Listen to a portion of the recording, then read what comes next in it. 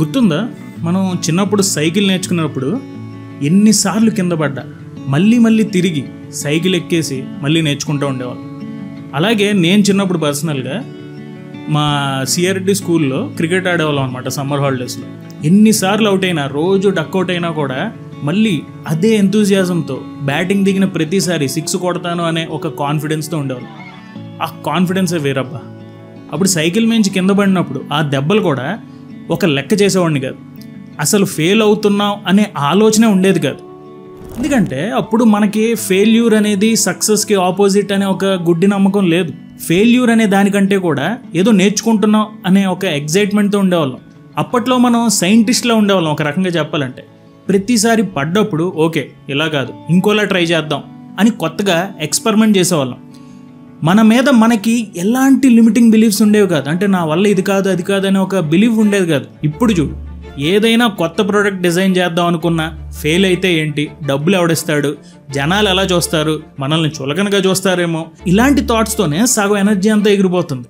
ఆ చిన్నప్పటి ఫ్రీడమ్, ఆ కాన్ఫిడెన్స్ ఎక్కడికి పోయిందో అర్థం కావడం లేదు.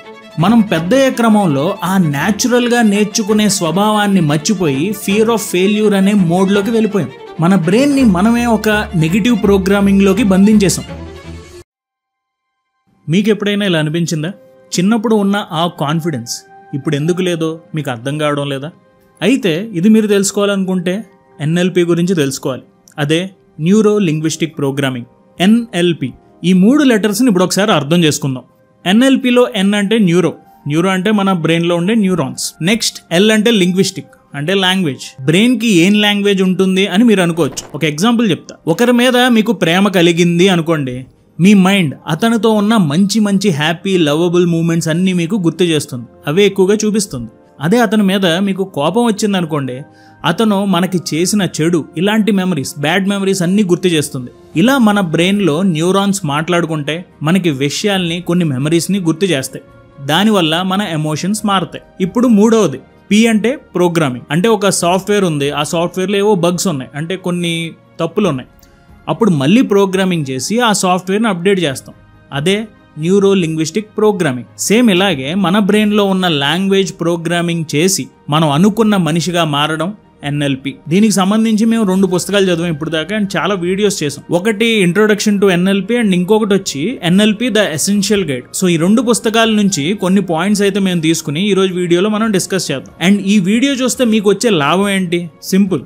ఎన్నో కోర్సుల్లో చెప్పే చాలా కాస్ట్లీ మాటల్ని మనం సింపుల్ భాషలో ఈ వీడియోలో ఒక 10-12 నిమిషాల్లో తెలుసుకుందాం.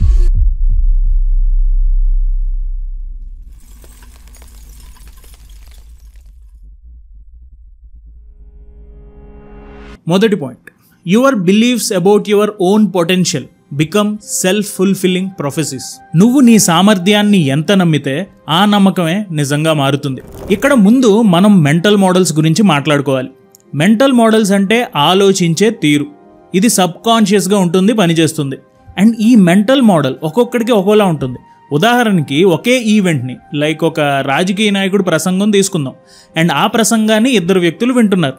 ఇక్కడ 2 వేరు ఆలోచనలతో ఉంటారు, వేరే విధంగా చూస్తారు, అలాగే వాళ్ళ మెంటల్ మోడల్లో వాళ్ళకి నచ్చినట్టు వింటారు. అండ్ ఇవి ఇలా ఉండడానికి కారణాలు పెరిగిన విధానం, జరిగిన సంఘటనలు, ఇలా చాలా విషయాల కలయిక. ఎన్ఎల్పి ఏం చెప్తుందంటే మన నర్వస్ సిస్టమ్ ఇన్ఫర్మేషన్ ని రకరకాల ప్యాటర్న్స్ లో ప్రాసెస్ చేస్తుంది. అండ్ ఈ ప్యాటర్న్స్ మన ఎమోషన్స్ ని కంట్రోల్ చేస్తాయి. ఉదాహరణకి మీకు ఒకరంటే కోపం వచ్చింది, మంచోడు కాదు అని అనుకున్నారు, అండ్ ఇంకొక యాంగిల్లో ఆలోచించడానికి వీలు లేదు అనుకుంటున్నారు. ఆ తర్వాత అతను ఎంత మంచి చేసినా ఒక చిన్న చెడు పని చేశాడు అనుకోండి, చూసారా నాకు తెలుసు, నేను ముందే చెప్పా వీడు చెడ్డోడే అన్నట్టు మన బ్రెయిన్ ప్రాసెస్ చేస్తుంది. అంటే ఇన్ ఏ వే మన బ్రెయిన్లో మనమే కొన్ని బ్యారియర్స్ని పెట్టేసుకున్నాం. మనం బయటికి మాట్లాడే భాష, అలాగే మన లోపల మనతో మనం మాట్లాడుకునే భాష మన ఎమోషన్స్ని ఈ విధంగా కంట్రోల్ చేస్తుంది. సో ఇక్కడ మీ మెంటల్ మోడల్స్ అన్నీ మంచివే అయితే ప్రాబ్లం లేదు. కానీ మీరు లైఫ్లో రిపీటెడ్గా డిప్రెస్ అవుతున్నారు, రిపీటెడ్గా మనుషులతో కోపంగా ప్రవర్తిస్తున్నారు, అండ్ మీరు తప్పు చేస్తున్నారని తెలుసు, అయినా కానీ మిమ్మల్ని మీరు ఆపుకోలేకపోతున్నారంటే you need to understand this and learn how NLP works. అంటే ఇన్ షార్ట్, మీ న్యూరో లాంగ్వేజ్ని మీరు ప్రోగ్రామింగ్ చేయాల్సిందే. సో ముందు మీరు చేయాల్సింది మీ కరెంట్ మెంటల్ మోడల్ ఏమిటో అర్థం చేసుకోండి. ఉదాహరణకి రిలేషన్షిప్స్ లో గొడవలు రిపీటెడ్ గా అవుతున్నాయా? ఎంత అనుకున్నా ఎమోషన్ ని కంట్రోల్ చేసుకోలేకపోతున్నారా? చాలా నెగిటివ్ గా ఆలోచిస్తున్నారా? అది ఏదైనా అవ్వచ్చు. అలా ఆలోచించడానికి కారణాలు కొన్ని లిమిటింగ్ బిలీఫ్స్. వాటినే మనం సింపుల్ గా గుడ్డి నమ్మకాలు అని అనుకుందాం. అంటే మీ నమ్మకం ఇంతే, ఇలాగే అవ్వాలి, ఇంతకు మించి మీరు ఆలోచించకూడదు అని అనుకున్నారనుకోండి, మీరు అనుకున్నట్టు జరగకపోతే బాధపడతారు. అందుకే ఇక్కడ ముందు మీ లిమిటింగ్ బిలీఫ్స్ ఏమిటో మీరు తెలుసుకోవాలి. అండ్ ఆ లిమిటింగ్ బిలీఫ్స్ 3 కేటగిరీస్లో ఉంటాయి. ముందుగా బిలీఫ్ అబౌట్ యువర్ సెల్ఫ్, అంటే మీకు మీ మీద ఉండే నమ్మకాలు. రెండోది బిలీఫ్ అబౌట్ అదర్స్, వేరే వాళ్ళ మీద మీకుండే నమ్మకాలు. మూడోది బిలీఫ్ అబౌట్ ద వరల్డ్, ఈ ప్రపంచం మీద మీకుండే నమ్మకాలు. బిలీఫ్ అబౌట్ యువర్ సెల్ఫ్ అంటే నేను మ్యాథ్స్లో వీక్, నాకు కోపం ఎక్కువ, నాకు తెలివి లేదు, ఇలాంటి మిమ్మల్ని మీరే లిమిట్ చేసుకునే నమ్మకాలు. ఈ నమ్మకాలు మీకు ఎందుకు నిజంగా అనిపిస్తాయంటే మీ మైండ్ మిమ్మల్ని చిన్నప్పటి నుంచి చూస్తుంది. సో దానికి తగ్గ ఫ్యాక్ట్స్ని అది కలెక్ట్ చేసుకుని ఒక బిలీఫ్ని పెంచి పోషించింది. ఇప్పుడు మీరు మారుండొచ్చు, అయినా కూడా మీ బిలీఫ్ మారకపోతే మీరు అలాగే ఉంటారు. అలాగే బిలీఫ్స్ అబౌట్ అదర్స్ అంటే వీళ్ళని నమ్మకూడదు, వాడికి అదృష్టం ఉంది అందుకే గెలిచాడు, వాడికి అంత సీన్ లేదు, ఇలాంటివి వేరే వాళ్ళ మీద మనకుండే లిమిటింగ్ బిలీఫ్స్. ఇవన్నీ కూడా మీ మైండ్ వేరే వాళ్ళని చూసిన కోణంలో ఈ బిలీఫ్స్ ని రిజిస్టర్ చేస్తాయి. అలాగే మూడోది బిలీఫ్ అబౌట్ ద వరల్డ్, అంటే మంచోళ్ళకి లోకం కాదు, నాలాంటి వాడికి ఈ సమాజం ఇలాగే ద్రోహం చేస్తుంది, ఇలాంటి లిమిటింగ్ బిలీఫ్స్ ప్రపంచం మీద మనకు ఉంటాయి. అంటే వీటిలో కొంత నిజం ఉన్నా కూడా అండ్ మిగతాదంతా మన భవిష్యత్తులో కూడా ఇలాగే ఉంటుంది అనే ఒక స్ట్రాంగ్ బిలీఫ్ని మనం డెవలప్ చేసుకుంటాం అండ్ దాన్నే నమ్ముతాం. అండ్ దీనివల్ల ఈ జనాలు మారవచ్చు, మనం మారవచ్చు, ఈ ప్రపంచం మారవచ్చు అనే ఆలోచన వదిలేస్తాం, లిమిట్ అయిపోతాం, ఇంతే ఇవే నిజాలు అని మనం నమ్ముతాం. ఇలా 3 రకాలుగా మన మెంటల్ మోడల్ షేప్ అవుతుంది. సో ముందు మీరు కూర్చుని మీ లిమిటింగ్ బిలీఫ్స్ ఏమిటని ఆలోచించండి. మీరు ఒక గోల్ అనుకున్నప్పుడు, ఇది చేద్దాం అని అనుకున్నప్పుడు మీకు వచ్చే థాట్స్ ఏంటి? వేరే వాళ్ళతో మీరు మాట్లాడాలనుకున్నప్పుడు వాళ్ళ మీద మీకు వచ్చే థాట్స్ ఏమిటి? అలాగే ఈ ప్రపంచం నిన్ను ఎలా ట్రీట్ చేస్తుంది అన్నప్పుడు మీకు వచ్చే థాట్స్ ఏమిటి? కొంచెం అటెన్షన్తో చూడండి. ఇంతే, ఇలా ఎప్పటికవ్వదు, జరగదు, ఇది ఇంపాసిబుల్, ఇలాంటి కొన్ని అబ్సల్యూట్ స్టేట్మెంట్స్ మీ మైండ్లో వస్తుంటే వాటిని జాగ్రత్తగా గమనించండి. ఇప్పుడు ఈ థాట్స్ వచ్చినప్పుడు ఏం చేయాలి? క్యూరియాసిటీ మైండ్ సెట్ని ట్రై చేయాలి. మీకు ఒక లిమిటింగ్ బిలీఫ్ వచ్చింది, లైక్ మీరు ఒక బుక్ రాద్దాం, లేకపోతే సినిమా తీద్దాం, లేకపోతే ఒక కొత్త ప్రోడక్ట్ని డిజైన్ చేద్దాం అని అనుకున్నారు. అప్పుడు మీకు వచ్చే లిమిటింగ్ బిలీఫ్ ఏంటి? చేయలేవు, నీ వల్ల కాదు అనే థాట్స్ వస్తుంటాయి. సో ఈ లిమిటింగ్ బిలీఫ్స్ని క్యూరియాసిటీ మైండ్ సెట్తో చూడాలి. జస్ట్ మిమ్మల్ని మీరు అడగండి, ఎలా ఈ గుడ్డి నమ్మకం నిజం అవ్వుద్ది అని అడగండి. ఈ గుడ్డి నమ్మకం ఎలా మీకు ఉపయోగపడుతుంది? పోనీ ఈ లిమిటింగ్ బిలీఫ్ ఒకటే ఉందనుకుందాం, అది మీకు అసలు ఎలా ఉపయోగపడుతుందని కూడా అడగండి. ఎప్పుడో ఒకసారి ఫెయిల్ అయ్యారని ఫ్యూచర్లో కూడా ఫెయిల్ అవుతారు అనే లిమిటింగ్ బిలీఫ్, ఒక గుడ్డి నమ్మకం ఎందుకుంది అని ఆలోచించండి. ఇలా కనుక మీరు ఆలోచిస్తే అప్పుడు మీకు అర్థమవుతుంది మీరు ఏదైతే ఫ్యాక్ట్ అని అనుకున్నారో అవి నిజానికి ఒక అవుట్డేటెడ్ ఆలోచనలు, అది ఇప్పుడు మీ రియాలిటీలో ఫిట్ అవ్వదు అని మీరు తెలుసుకుంటారు. అసలు ఎందుకు ముందు ఇలా ఆలోచిస్తారు నెగిటివ్గా అంటే, మన ఆలోచనలు ఎక్కువగా ఫోకస్ చేసేది మీరు అవాయిడ్ చేయాలనుకునే విషయాల మీద కానీ మీరు క్రియేట్ చేయాల్సిన విషయాల మీద కాదు. ఉదాహరణకి ఒక ఐడియా వచ్చింది, ఈ ప్రోడక్ట్ని డిజైన్ చేస్తే జనాలకు ఉపయోగపడుతుంది, డెఫినెట్లీ సక్సెస్ అవుతామని అనుకున్నారు.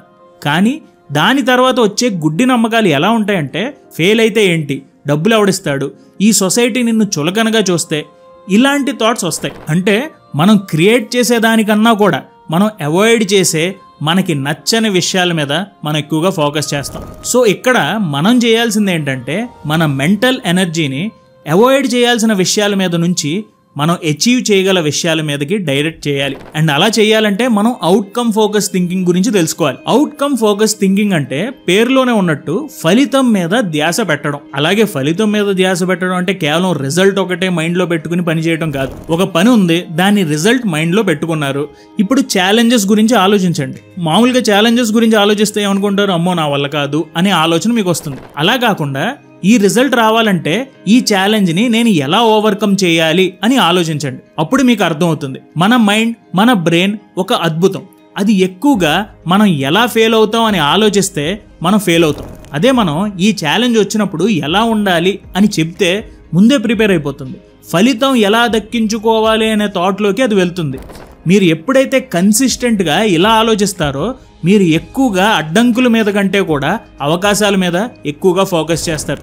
సో ఒకసారి మీరు నిజాయితీగా చెప్పండి, మీరు ఎక్కువగా ఫెయిల్ అయితే ఎలా అని ఆలోచిస్తారా, లేక రిజల్ట్ రావాలంటే ఎలా అని ఆలోచిస్తారా? నాకు కామెంట్స్లో చెప్పండి. అండ్ అఫర్మేషన్స్లో కూడా ఇదే చెప్తారు. నేను బరువు తగ్గితే బాగుంటుంది అని అనుకునే వాళ్ళు ఎప్పుడు తగ్గరు. ఎందుకంటే ఇలా అనుకోవడంలో, ఈ స్టేట్మెంట్లోనే ఒక అనిశ్చితి, ఒక అన్సర్టనిటీ, ఒక డౌట్ ఉంది. అదే మీరు నేను ఆరోగ్యకరమైన తిండి తింటున్నాను అని అనుకుంటే మీ మైండ్ అవుట్కమ్ ఫోకస్ థింకింగ్ లోకి వెళ్తుంది. అవుట్కమ్ ఫోకస్ థింకింగ్ అంటే కొంచెం ప్రాక్టికల్గా ఉండడం, ముందు ఊహించినంత ఈజీగా మనం వెళ్లే దారి ఉండదు అని గ్రహించడం, ఆ వచ్చే ఛాలెంజెస్ ని తట్టుకుని ఎదిరించి ఏ రిజల్ట్ అయితే కావాలో దాని వైపు వెళ్ళాలి అనే ఆలోచన ఉండడం అవుట్కమ్ ఫోకస్ థింకింగ్ అంటే. ఎన్ఎల్పిలో చాలా ముఖ్యమైన విషయం ఏంటంటే లెర్నింగ్ అండ్ అడాప్టేషన్. చిన్నప్పుడు మనం ఫెయిల్ అయినప్పుడు కొన్ని విషయాలు నేర్చుకుంటాం, కానీ అవే ఆ లెసన్స్ నే ఇంకా లైఫ్ లాంగ్ నిజం అని నమ్ముతాం. అండ్ ఆ నమ్మకాలు రెసిస్టెన్స్ గా మారిపోయి మనల్ని గ్రో అవ్వనివ్వదు. ఎందుకు ఇలా అవుతుందంటే ట్రెడిషనల్ గా మనం నమ్మే ఒక పెద్ద గుడ్డి నమ్మకం ఏంటంటే ఫెయిల్యూర్ అనేది సక్సెస్ కి ఆపోజిట్ అని. అండ్ ఎట్టి పరిస్థితుల్లో ఆ ఫెయిల్యూర్ ని అవాయిడ్ చేయాలని అనుకుంటాం. ఫెయిల్యూర్ అంటే భయపడిపోతాం. కానీ ఇలా ఆలోచించడం వల్ల కొత్తగా మనం ఏవీ నేర్చుకోం. సైంటిస్టులు, సక్సెస్ఫుల్ పీపుల్, వీళ్ళ మధ్యలో ఒక మంచి కామన్ పాయింట్ ఉంది. వాళ్ళు ఫెయిల్యూర్ ని పట్టించుకోకుండా ఎక్స్పెరిమెంట్ చేస్తూనే ఉంటారు. ఫెయిల్ అవుతారు, మళ్ళీ ఎక్స్పెరిమెంట్ చేస్తారు, ఫెయిల్ అవుతారు, మళ్ళీ ఎక్స్పెరిమెంట్ చేస్తారు. ఎందుకు వీళ్ళకి ఫెయిల్ అవ్వడం అంటే అంత సరదా?